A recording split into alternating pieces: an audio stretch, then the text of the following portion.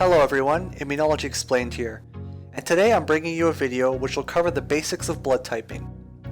Now, if you're enrolled in a life sciences course at university, blood typing is probably a concept you've heard of or will come across in the future. Also, blood typing is a very important concept in medicine, especially in terms of blood transfusions, as will be covered in this video. Some people can have trouble understanding how the different blood types are determined, so I'll do my best to explain it as simply as possible. Without further ado, let's get started. Before we dive right into the blood types, there's some basic background knowledge of the immune system which is required to fully understand blood typing. Antibodies are proteins that circulate in our blood and protect us from foreign invaders. They're produced by B cells of the immune system and can recognize molecules called antigens through their highly variable regions located on each of their two arms. After binding to an antigen, antibodies can initiate effector functions of the immune system through their constant regions. Antigens, broadly speaking, are any molecule that can be recognized by our immune system. This can include structural proteins on the surface of bacteria, viral proteins, and even harmless environmental or food-related molecules, such as in eggs or peanuts, which results in allergies. The ABO blood group consists of 4 different blood groups, which are determined by the specific type of surface antigen that is present on the surface of our red blood cells. If you're blood type A, then you have the A antigen on the surface of your cells. If you're blood type B, you have the B antigen on the surface. If you're blood type AB, then you have both the A and the B antigen on the surface. And finally, if you're blood type O, you have neither A or B on the surface of your red blood cells. Now, while surface antigens are essential in determining one's blood type, it is also very important to understand what is going on in the serum. Depending on what your blood type is, you'll have different types of antibodies in your plasma, which are very relevant for the ABO blood groups. In the simplest of terms, you produce antibodies against antigens that are not on the surface of your red blood cells. Therefore, if you're blood type A, then you produce anti-B antibodies. If you're blood type B, then you produce anti-A antibodies.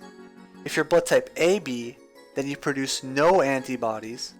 And if you're blood type O, you produce both A and B antibodies. These plasma antibodies become very important during blood transfusions, and they are why your blood must be typed if you're donating. Let's say you have an individual here with blood type B, which means they have anti-A antibodies, and he has some sort of surgery or accident where he requires a blood donation. His friend, who's type A blood with anti-B antibodies, decides he wants to donate blood to him. Let's zoom in on this individual and see exactly what's happening in his blood. Imagine that this is one of his blood vessels. Flowing through his vessels are his type B blood and anti-A antibodies. Now, if type A blood was introduced into his vessels, it would react with his anti-A antibodies in a reaction known as agglutination. This reaction can be very serious and even life-threatening, and is why blood typing is so important for blood transfusions. This is the table that I first used when I was learning the ABO blood groups, and I believe it summarizes it very nicely. 2 important concepts I want to bring up with this table are the concepts of a universal donor and universal recipient. Someone who is type A blood produces anti-B antibodies, and therefore they can only receive blood which lacks the B antigen, so A or O type blood. Similarly, someone who's type B blood produces A antibodies and can only receive blood which lacks the A antigen, so type B or type O blood. Now, if you have type AB blood, you produce no serum antibodies and can receive all 4 of the blood groups. Thus, this blood group is known as the universal recipient. On the other side, if you're type O blood, you produce both anti-A and anti-B antibodies and can only receive type O blood. But you can give your blood to every other blood group. Therefore, this is known as the universal donor. Very briefly, before I end the video, I want to talk about one more blood group, which is the Rh blood group, which is actually named after the rhesus macaque in which it was first discovered. Like the ABO blood group, the Rh blood group is determined by the presence or absence of a surface antigen. in this case the Rh or D antigen. If you're Rh positive, you have the D antigen on the surface. If you're Rh negative, you lack this D antigen. In terms of plasma considerations, if you're Rh positive, you do not make anti-D antibodies. However, individuals who are Rh negative also normally do not produce any anti-D antibodies. Now, anti-D antibodies can be produced in Rh negative individuals if they are exposed to Rh positive blood.